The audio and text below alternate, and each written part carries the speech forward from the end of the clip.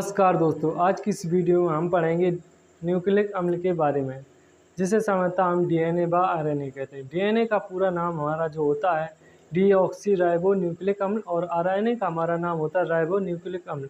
तो डीएनए व आरएनए के आज की इस वीडियो हम अंतर जानेंगे व डीएनए आरएनए की संरचना के बारे में, डीएनए आरएनए का मॉडल के बारे में, डीएनए आरएनए की खोज कैसे और कब हुई, इनसे रिलेटेड बहुत सारे क्वेश्चन जो आपके मन में विचार हैं और आज की इस वीडियो में सभी सॉल्व हो जाएंगे। तो आइए चलते हैं, वीडियो स्टार्ट करते हैं। वीडियो स्टार्ट करने से पहले हमारी छोटी सी रिक्वेस्ट है कि अगर अभी तक हमारे चैनल इंटर तक को सब्सक्राइब नहीं किया तो चैनल को सब्सक्राइब कर लें। तो चलते हैं, वीडियो स्टार्ट करते हैं। देखिए दोस्तों, न्यूक्लिक अम्ल हमारा कितने प्रकार का है? 2 प्रकार। कौन सा? डीएनए व आरएनए। डीएनए का पूरा नाम है डीऑक्सी राइबो न्यूक्लिक अम्ल और जो हमारा आरएनए है, आरएनए का पूरा नाम है राइबो न्यूक्लिक अम्ल। तो ये कितने प्रकार का है? 2 प्रकार का। अब आइए इसकी शुरुआत कैसे हुई और किसने इसको खोजा। सन 1869 में फ्रेडरिक नामक मिस्टर क्या था? फ्रेडरिक मिस्टर ने सन 1869 में केंद्रक में मिलने वाले अम्लीय पदार्थ की खोज की थी। तब यह निश्चित नहीं हुआ था कि ये न्यूक्लिक अम्ल डीएनए है इसमें या आरएनए है या डीएनए है, दोनों है। तब उन्होंने सिर्फ एक नाम दिया था, उसे अम्लीय पदार्थ को क्या नाम दिया था? न्यूक्लिन।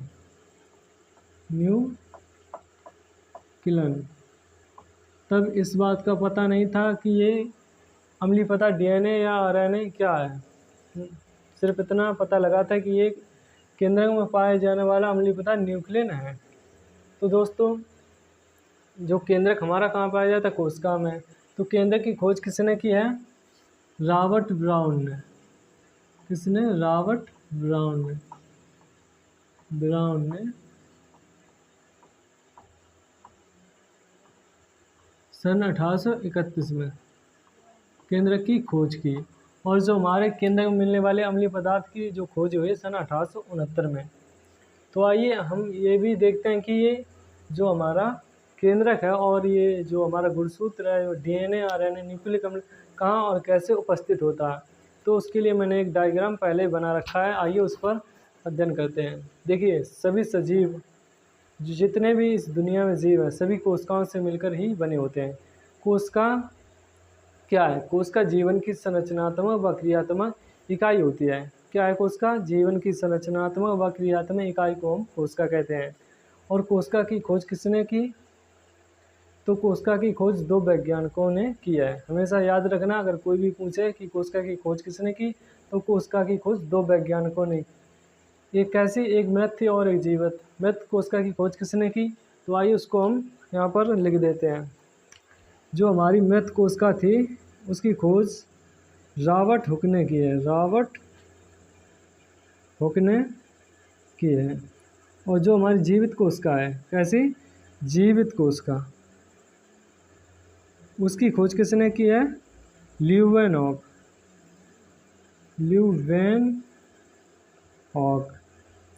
तो ये कोशिका की खोज करने वाले ये 2 वैज्ञानिक थे। तो आइए हम एक कोशिका का अध्ययन बेसिक से करते हैं। देखिएगा, तो हमने पता कर लिया कि कोशिका किसे कहते हैं, कोशिका खोज किसने की, जीवित और मृत की। आइए कोशिका पर अध्ययन करते हैं।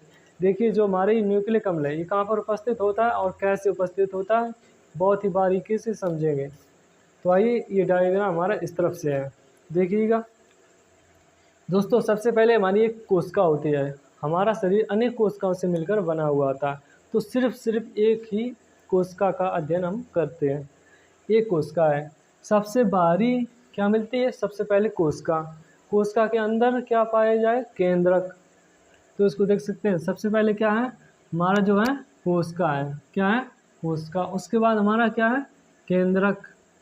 देख सकते हैं, सेकंड नंबर पर हमारा केंद्रक। उसके बाद मिलता है क्या? गुणसूत्र, जिसे इंग्लिश में हम क्या कहते हैं? क्रोमोसोम। क्या कहते हैं? क्रोमोसोम। उसके बाद जो सबसे अंदर पाया जाता है वह हमारा है न्यूक्लिक अम्ल। क्या है? ये हमारा जो दिख रहा है ये क्या है? न्यूक्लिक अम्ल। इसे आप नोट कर लीजिए अपनी कॉपी में और इसे ऐसा ही डायग्राम बनाए जिससे आपको आसानी से समझ में आए। तो दोस्तों, अगर आप इस डायग्राम से समझ में नहीं आया तो उसको हमने आगे नोट करके रखा है कि कोशिका में जो अंदर इन चीज़ों की कैसे पैकिंग होती है, तो उसको मैंने आगे लिख रखा है। देखिए, सबसे पहले कोशिका आएगी। क्या आएगी? कोशिका। कोशिका के अंदर हमारा जो पाया जाएगा केंद्रक, केंद्रक के अंदर जो मिलेगा वो क्या मिलेगा, गुणसूत्र। क्या मिलेगा, गुणसूत्र। केंद्रक के आगे क्या मिलेगा, गुणसूत्र हमें मिलेगा। गुणसूत्र के आगे क्या होगा, डीएनए होगा, डीएनए। और डीएनए के आगे क्या होगा, हमारी जीन। जिसे आगे और हम समझाएंगे, ठीक है। बहुत ही घबराने की कोई बात नहीं, इसे हम अभी आगे और पढ़ेंगे। तो हमने जाना कि जो डीएनए हम कह रहे हैं, डीएनए की सर्वप्रथम शुरुआत कैसे हुई, सन 1869 में फ्रेडरिक मिशन नामक वैज्ञानिक जिसने क्या किया, केंद्र में मिलने वाले पदार्थ, अम्लीय पदार्थ की खोज की। तब उन्होंने यह पता नहीं लगा पाए कि ये डीएनए या आरएनए, सिर्फ उन्होंने अम्लीय पदार्थ जो मिला उसका नाम न्यूक्लियर रख दिया। तो उसके बाद क्या हुआ, रोजलैंड फ्रैंकलिन एक वैज्ञानिक थे, उनके द्वारा दिए गए एक्स-रे निवर्तन के आधार पर, तो उसको मैंने यहाँ पर लिख लिया है, आप देखिएगा कैसे कि डीएनए खोज कैसे हुई। रोजलैंड फ्रैंकलिन के द्वारा दिए गए एक्स-रे निवर्तन के आधार पर सन 1953 में जेम्स वाटसन और फ्रांसिस क्रिक दो वैज्ञानिक थे, जिन्होंने यह पता लगाया कि डीएनए ही हमारा जो ये है, इन्होंने क्या किया, डीएनए की खोज की। जेम्स वाटसन व फ्रांसिस क्रिक ने डीएनए के दो कुंडली मॉडल भी प्रस्तुत किया और डीएनए की खोज की। तो आपसे कोई प्रश्न पूछे कि डीएनए खोज किसने की, तो इससे हमारा प्रश्न बनता है कि डीएनए खोज किसने की, हम बताएंगे जेम्स वाटसन व फ्रांसिस क्रिक ने, और इन्होंने डीएनए का दो कुंडली मॉडल प्रस्तुत किया। ये किसके आधार पर था, रोजलैंड व फ्रैंकलिन के द्वारा दिए गए एक्स-रे निवर्तन के आधार पर। क्या था, रोजलैंड व फ्रैंकलिन के द्वारा दिए गए एक्स-रे निवर्तन के आधार पर सन 1953 में जेम्स वाटसन व फ्रांसिस क्रिक ने डीएनए का द्विकुंडली मॉडल प्रस्तुत किया, ठीक है। अब इसमें एक वैज्ञानिक और थे जिनका आधार था, जो न्यूक्लियोटाइड का क्रम उन्होंने बताया। क्या न्यूक्लियोटाइड क्रम बताया कि दो पॉलीन्यूक्लियोटाइड श्रृंखलाओं के बीच क्षारीय युग्मन की उपस्थिति किस प्रकार से होती है। तो उन्होंने बताया कि इर्विन-चारगाफ के नियम के आधार पर भी डीएनए की खोज हुई। उन्होंने बताया कि एडेनिन व थाइमिन तथा ग्वानिन व साइटोसिन एक दूसरे के बराबर व समान अनुपात में रहते हैं। कैसे रहते हैं, एक दूसरे के बिल्कुल सेम। जैसे मान लीजिए ए के बराबर टी और सी के बराबर जी, तो इसे बोलते हैं एडेनिन, इसे बोलते हैं थाइमिन, इसको बोलते हैं ग्वानिन, इसे बोलते हैं साइटोसिन, ठीक है दोस्तों। इसे हम आगे और इसी वीडियो में समझेंगे। तो आप इतना अभी नोट कर लीजिएगा कि इस समय तीन वैज्ञानिकों ने आधार दिया। किसने, सबसे पहले रोजलैंड व फ्रैंकलिन ने, उसके बाद इर्विन-चारगाफ ने इन्हें दिया, ठीक है। अब हमने पता लगा लिया कि डीएनए की खोज कैसे और कब हुई, किसने भी की, इसका भी हमने पता लगा लिया। तो दोस्तों न्यूक्लिक अम्ल, आइए हम फिर से एक न्यूक्लिक अम्ल पर फोकस करते हैं। अब एक डीएनए कैसे बना उसके बारे में आइए ग्राफ के माध्यम से समझते हैं। तो हमने जान लिया था कि कोशिका के अंदर हमारा डीएनए केंद्रक होता है, केंद्रक के अंदर क्या होता है, गुणसूत्र, गुणसूत्र के अंदर क्या होता है, डीएनए, डीएनए के अंदर जीन होती है। तो आइए हम उसी एक गुणसूत्र को लेते हैं और उसकी संरचना से अध्ययन करते हैं। तो मैंने यहाँ पर पहले एक गुणसूत्र बना रखा है, देखिएगा, यह एक गुणसूत्र है। अभी द्विगुणित मतलब एक जोड़ी में उपस्थित है, जो कि एक दो माता व पिता के गुणसूत्र से मिलकर बना हुआ है। ऐसे ही हमारी एक कोशिका में लगभग 23 जोड़ी गुणसूत्र उपस्थित होते हैं। हमारी एक कोशिका में, सिर्फ एक कोशिका में 23 जोड़ी गुणसूत्र उपस्थित होते हैं। 23 जोड़ी गुणसूत्र उपस्थित होते हैं। गुणसूत्र, इनको इंग्लिश में हम क्रोमोसोम कहते हैं, उपस्थित होते हैं, ठीक है। तो कितने होते हैं, 23 जोड़ी। इसी प्रकार से उसी में से हमने एक को यहाँ पर लिखा है, उसी की संरचना के बारे में जानते हैं। तो ये हमारा क्रोमोसोम, ये क्या है, गुणसूत्र, ये हमारा है क्रोमोसोम, सोम, हिंदी में से हम बोलते हैं गुणसूत्र, गुणसूत्र। ठीक है, समझ में आ रहा है तो लाइक कर दीजिएगा वीडियो को। तो हमारा गुणसूत्र है। अब इसमें देख सकते हैं, इसमें 4 भाग दिखाई दे रहे हो आपको। अगर हम किसी भी भाग को खींचें तो क्या होगा, आइए देखते हैं। ये हमारा एक क्या है, गुणसूत्र द्विगुणित में स्थित है। इस प्रकार से ये यहाँ से अगर अलग कर दिया जाए तो 2 भागों में बंट सकता है, लेकिन ये अभी भी द्विगुणित भागों में उपस्थित रहता है, जो जोड़ी में उपस्थित रहता है। ये हमारा क्रोमोसोम, जब क्रोमोसोम के चारों भागों में से एक भाग को खींचा गया तो हमारा क्या बना, डीएनए, जो स्प्रिंग टाइप का बन रहा है। ये हमारा डीएनए है, जो 46 गुणसूत्र है। कैसे, अगुणित, अगुणित का मतलब सिंगल होता है और द्विगुणित का मतलब डबल होता है। ठीक है, जो स्प्रिंग टाइप का बना उसे हमने बोल दिया डीएनए। उसके बाद फिर उस स्प्रिंग को खींचा गया तो क्या बना, जीन। ये क्या बना हमारा, जीन। ये जीन का निर्माण हुआ। अब दोस्तों पूछोगे कि डीएनए का कार्य क्या होता है।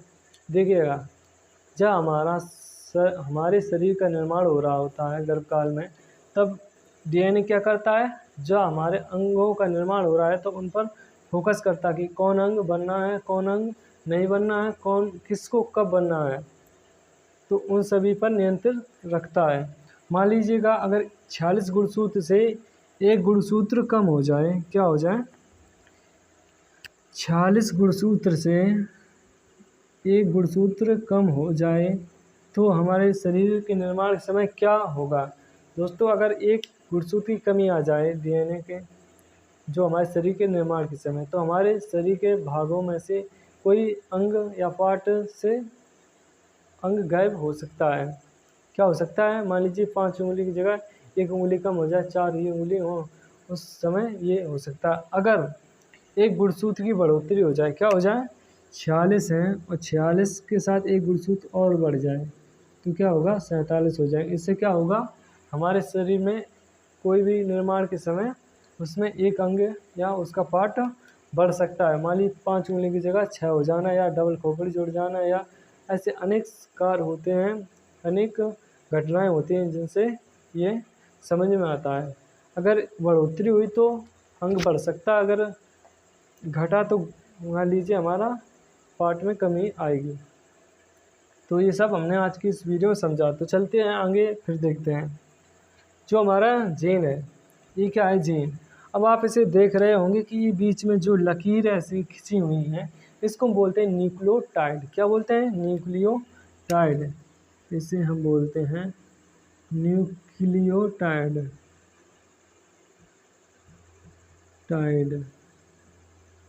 ठीक है दोस्तों। जो ये हैं, इनके बीच की दूरी कितनी है हमारी, 34 एंगस्ट्रॉन। कितनी दूरी है, 34 एंगस्ट्रॉन। तो हमने डीएनए का जान लिया, मतलब क्या होता है। अब जीन का देखिए, जीन का क्या होता है, सिर्फ जीन हमारे लक्षणों पर फोकस करती है। ठीक है, तो हमारे लक्षणों पर फोकस करती है। तो हमने इतना पढ़ लिया है कि जो ये डीएनए क्रोमोसोम कैसे क्या होता है, जीन के।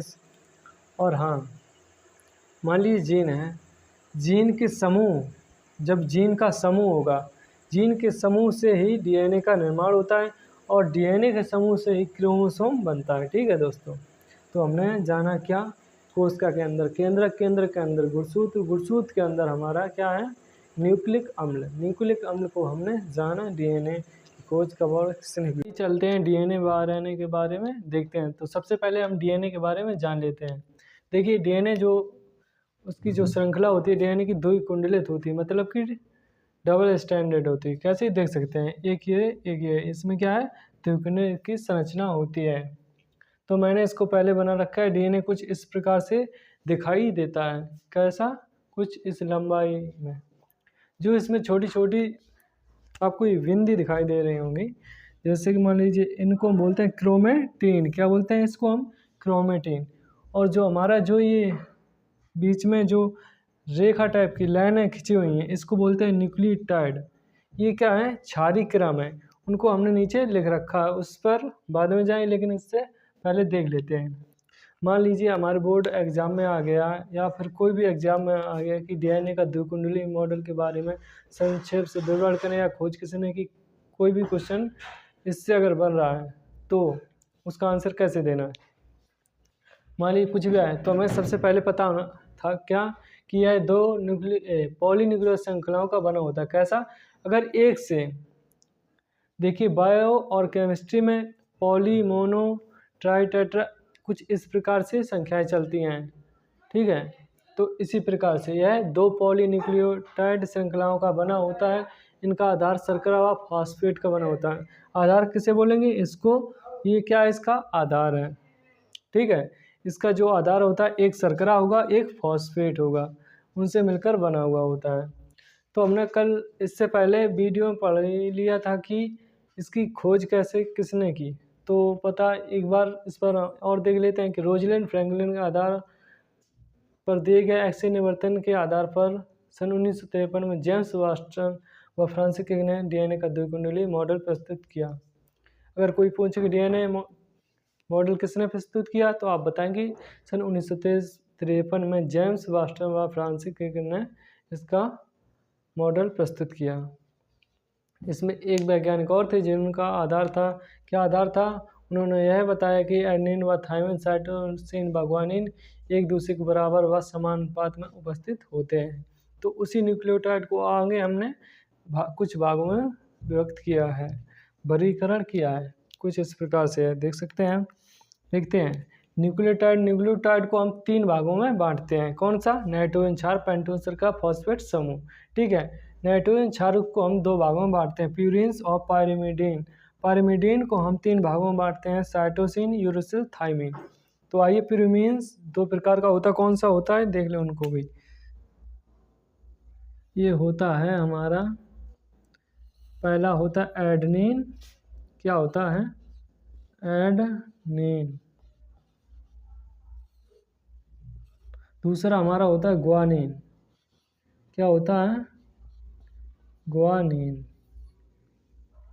तो ये हमारा होता है न्यूक्लियोटाइड। सबसे पहले 3 भागों में बटा है, नाइट्रोजन क्षार, पेंटोन शर्करा, फॉस्फेट समूह, ठीक है। नाइट्रोजन क्षार हमारा 2 भागों में है, प्यूरिन व पायरिमिडीन, ठीक है। प्यूरिन 2, एडेनिन व ग्वानिन, पायरिमिडीन 3 में साइटोसिन, यूरेसिल, थाइमिन।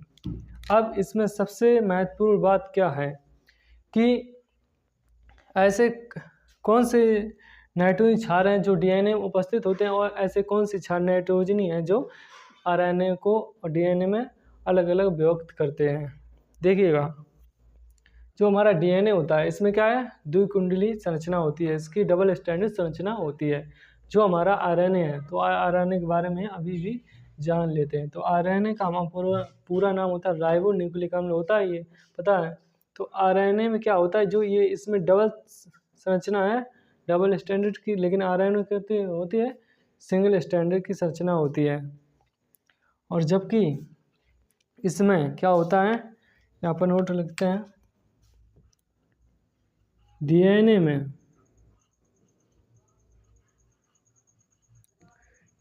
में थाइमिन पाया जाता है, थाइमिन पाया जाता है, जबकि आरएनए में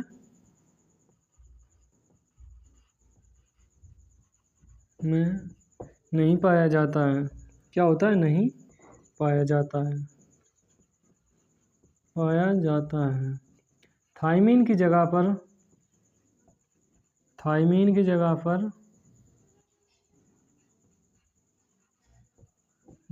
पर यूरेसिल पाया जाता है। क्या? यूरेसिल वहाँ पर पाया जाता है।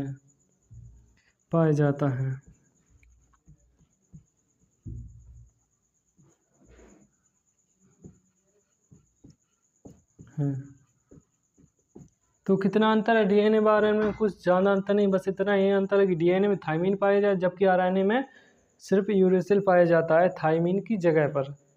तो आइए आरएनए की संरचना भी देख लें, कुछ इस प्रकार से बनेगी, कुछ इस प्रकार से मान लें, ऐसी संरचनाएं आरएनए की सिर्फ हो गई। अनुमान के हिसाब से कुछ इस प्रकार संरचना हमारी आरएनए की हो गई। और डीएनए देख सकते हैं कैसी है, द्विकुंडल, इसकी कितनी है, सिंगल स्टैंडर्ड। ठीक है, तो डीएनए व आरएनए में बस इतना ही अंतर है कि डीएनए में थाइमिन की जगह थाइमिन पाया जाए, जबकि आरएनए में थाइमिन की जगह यूरेसिल पाया जाता है। तो आरएनए में क्या नहीं पाया जाता है, आरएनए में थाइमिन नहीं पाया जाता। ये क्वेश्चन भी आप पॉइंट ध्यान रखिएगा, आरएनए में थाइमिन नहीं पाया जाता है।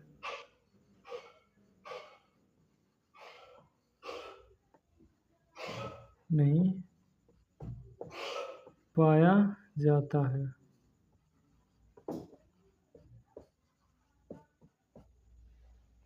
अच्छा, एक क्वेश्चन है, उसको आप बताइएगा। मान लीजिए आपको कोई प्रश्न पूछे कि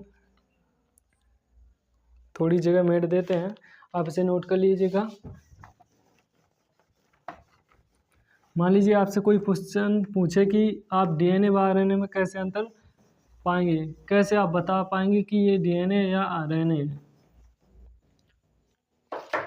क्वेश्चन नंबर 1, क्वेश्चन नंबर 2, मान लीजिएगा इसमें हमारा एडेनिन है, थाइमीन है, साइटोसिन है और ग्वानिन है। और हमारा एडेनिन है और यूरेसिल है,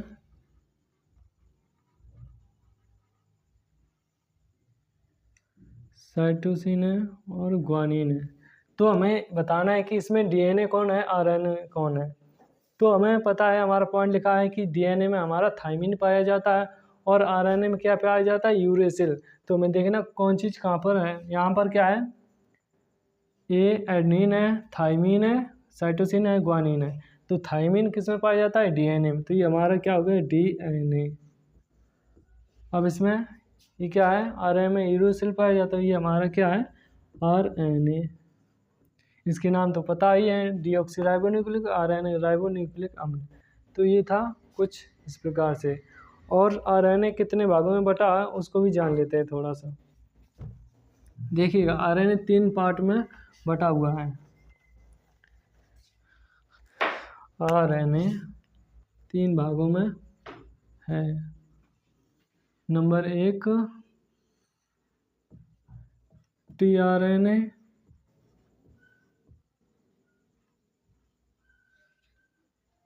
आरआरएनए और एमआरएनए। इनका कार्य क्या है, ये तीनों प्रोटीन संश्लेषण के लिए आवश्यक है। क्या, प्रोटीन संश्लेषण के लिए आवश्यक है,